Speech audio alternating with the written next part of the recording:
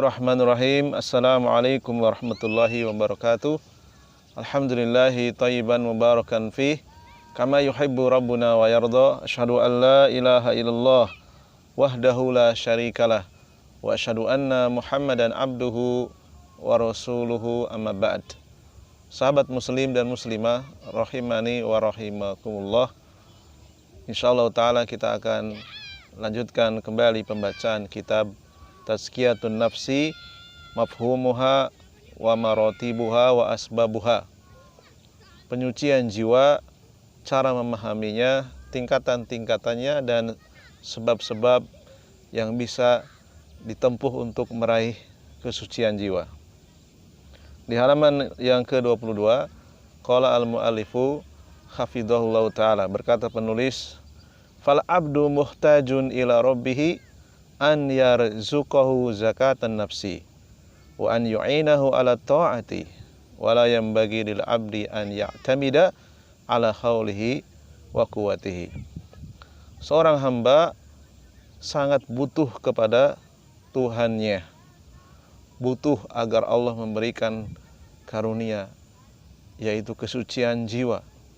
Ruhnya minta untuk disucikan.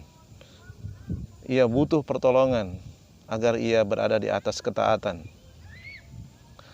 Dan seorang hamba tidak boleh bersandar kepada kemampuan, kepada kekuatan yang dimilikinya.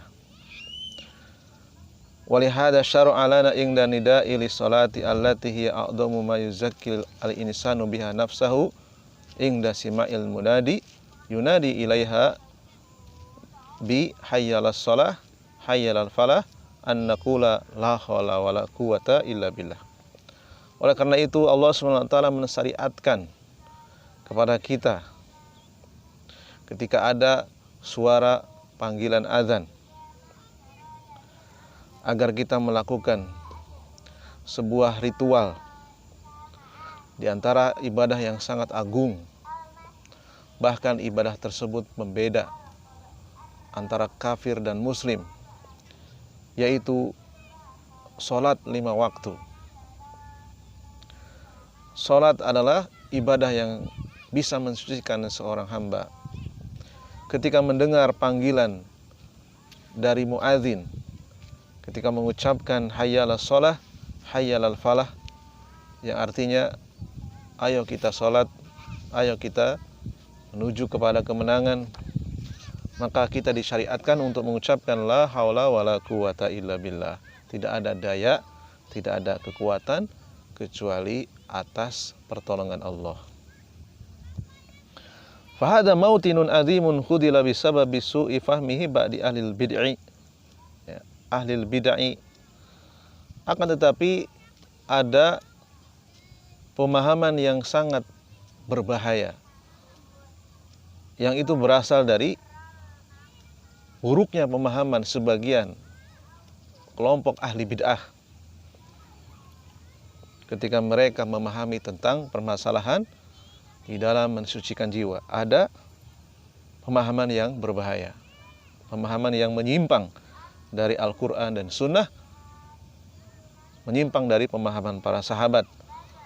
Di antaranya kalau Qadariyati, yaitu kelompok Qadariyah, alladzina ja'amu annal abda qadirun ala fi'li nafsihi wa annahu yuzakku bihaulihi wa quwwatihi.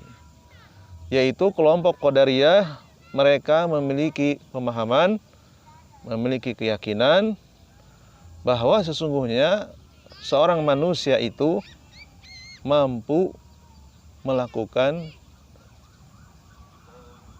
mensucikan dirinya sendiri tanpa butuh pertolongan siapapun. Ia bisa disucikan jiwanya dengan usahanya, dengan kekuatan yang dimilikinya. Wa anna ma fu'ila minat ta'ati hiya biquwati wajahdihi. Ya. Kelompok Qadariyah mereka memiliki akidah, memiliki keyakinan bahwa segala yang dilakukan oleh seorang hamba berupa ketaatan, maka itu semata-mata berasal dari kekuatannya dan usahanya. Walaisa lirabbi atharun fi istiqomatihi wa hadza batilun. Mereka memiliki keyakinan tidak ada campur tangan dari Allah Subhanahu wa taala. Ketika mereka berusaha melakukan ketaatan-ketaatan, dan tentunya pemahaman yang seperti ini adalah pemahaman yang batil. Fa inna istiqamatil abdi bi taufiqillah. Maka yang benar, keyakinan yang benar, sesungguhnya seseorang itu istiqomah, melakukan ketaatan, melakukan amal ibadah sesuai dengan yang disyariatkan, ikhlas, meluruskan niat, melakukan ibadah mahdhoh ataupun ghairu mahdhoh, ibadah yang wajib ataupun yang dianjurkan, yang mustahab, semata-mata bitaufiqillah, semata-mata berkat pertolongan Allah Azza wa Jalla, wa imtithalahu li ta'atillahi Azza wa Jalla. Ia mampu melakukan ketaatan kepada Allah, hiya min rahmatillahi bihi. Itu semua terjadi atas rahmat yang Allah berikan kepadanya. Kita bisa menuntut ilmu tentang tauhid, menuntut ilmu tentang bagaimana cara mengetahui syirik, mengetahui sunnah, memahami lawan dari sunnah yaitu bid'ah, bisa mengetahui perkara-perkara yang diharamkan sehingga kita bisa menjauhinya. Kita bisa mengetahui keutamaan ibadah sehingga kita bisa melakukannya. Itu semuanya atas rahmat yang Allah berikan. Fahuwal ladzi waffaqal 'abda li ta'atih. Allah memberikan pertolongan kepada hamba tersebut sehingga ia bisa melakukan ketaatan. Allah SWT mengabarkan dalam surat Al-Hujurat ayat yang ke-7, walakinallaha habbaba ilaikum al-imana wa zayyanahu fi qulubikum. Akan tetapi Allah lah yang menjadikan kepada kalian keimanan, menjadikan cinta kalian kepada keimanan. Jadi kita mencintai keimanan, ya, mencintai tauhid, wa zayyanahu, menghiasinya, fi qulubikum, di dalam hati mereka. Ini adalah dalil yang menunjukkan bahwa ketika seseorang mencintai keimanan, membenci kekufuran, mencintai tauhid, membenci syirik, ya, mencintai sunnah, membenci lawan dari sunnah, mencintai ketaatan, menjauhi perbuatan maksiat, benci dengan perbuatan maksiat, benci dengan pelakunya, Allah menghiasinya di dalam hati-hati kita. Allah lah yang mendatangkan rasa cinta kepada keimanan. Wallahu azza wa jalla huwallazi hadana awalan. Allah lah yang pertama kali memberikan petunjuk kepada kita. Ila hadzal dini hidayatal irsyadi bi ba'tsati rasulih sallallahu alaihi wasallam. Ya. Pertama Allah memberikan hidayah berupa irsyad, berupa penjelasan, berupa bimbingan, yaitu dengan mengutus seorang Rasul Sallallahu Alaihi Wasallam. Kemudian Rasulullah menyampaikan kepada murid-muridnya, kepada para sahabatnya, kepada para ulama, kepada para dai. Kemudian irsyad, bimbingan tersebut sampai kepada kita, entah melalui media atau dengan tatap muka langsung. Ya. Allah lah yang memberikan hidayah pertama kali. Kemudian selanjutnya wahadana ila hadad dini hidayat taufik. Lalu kemudian Allah jugalah yang memberikan petunjuk berupa hidayah taufik, yaitu petunjuk seseorang bisa menangkap al-irsyad, menangkap informasi yang berasal dari Rasulullah SAW melalui para dai. Wa huwa alladzi habbaba lil ibadi fi'la ta'ati, sehingga kita mencintai untuk melakukan ketaatan-ketaatan. Wa qarha ilaihim al-ma'asi. Demikian juga dengan al-irsyad, dengan bimbingan, dengan diutusnya Rasulullah SAW, kita bisa membedakan mana yang baik dan yang buruk. Kita bisa mengetahui hadis tersebut sahih atau palsu, hadis tersebut kuat atau lemah, bisa mengetahui ibadah tersebut disyariatkan atau tidak. sehingga kita bisa melakukan ketaatan dan menjauhi segala macam bentuk maksiat. Kullu hada min taufikillah, maka yakinilah semata-mata itu semua adalah taufik dari Allah SWT, pertolongan dari Allah SWT. Kita tidak mampu hanya mengandalkan otak kita, tidak mampu hanya mengandalkan kecerdasan kita.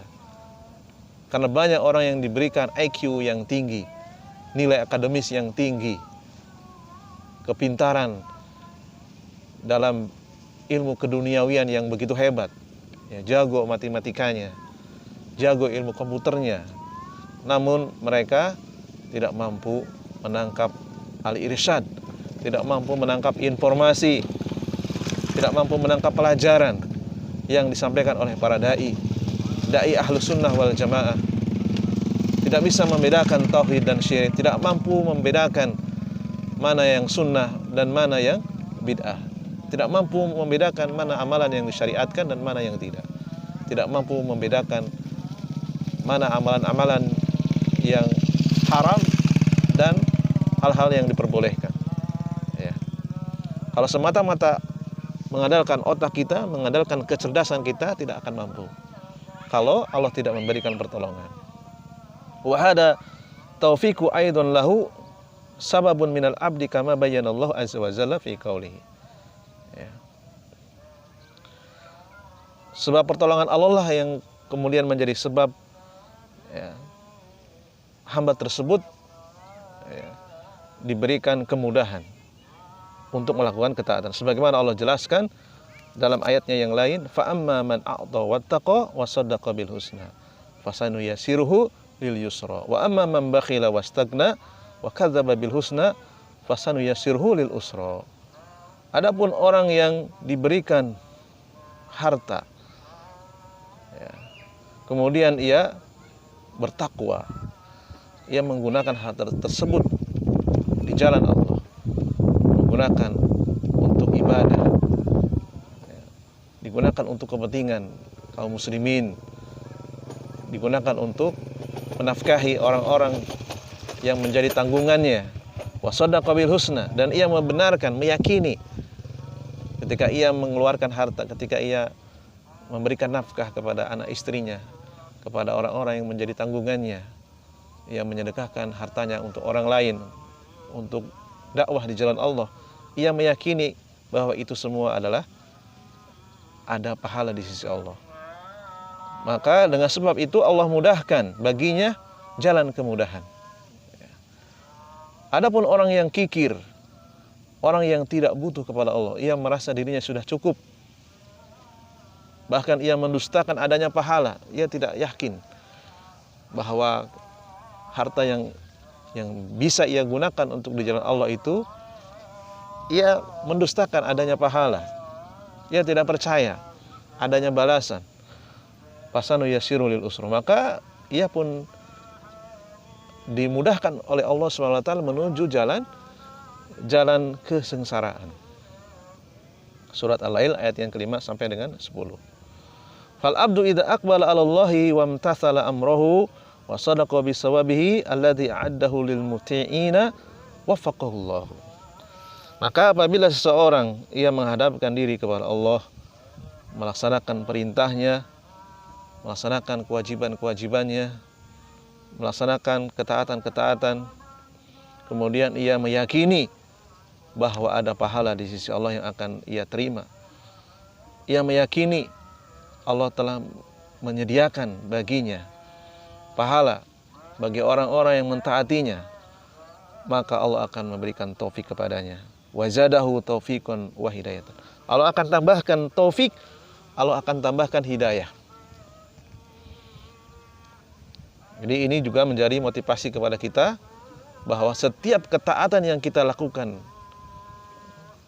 lillahi ta'ala, karena Allah semata, maka saat itu Allah akan memberikan pahala dan juga Allah akan memberikan tambahan taufik dan hidayah. Maka tentunya ini menjadi pelecut bagi kita, jangan menunda-nunda ketika kita punya rencana, ketika kita punya niat untuk melakukan ketaatan. Apa saja, ya, jangan ditunda-tunda. Karena Allah telah berjanji akan memudahkan orang tersebut kepada jalan kemudahan. Dan sebaliknya wa idza a'rada aw qassara kana hadza sababan li adami taufiqi. Dan kebalikannya, apabila orang tersebut berpaling, menunda-nunda di dalam bertobat, menunda-nunda di dalam melakukan kebaikan, bahkan ia meninggalkan perintah Allah SWT, akan menjadi sebab hilangnya pertolongan dari Allah, hilangnya taufik. Wa li adami i'anatillahi azza wa jalla lahu. Ia akan kehilangan pertolongan dari Allah SWT. Mungkin ini saja yang bisa kita bacakan. Mudah-mudahan bermanfaat. Subhanakallahumma wa bihamdika asyhadu an la ilaha illa anta astaghfiruka wa atubu ilaik. Assalamualaikum warahmatullahi wabarakatuh.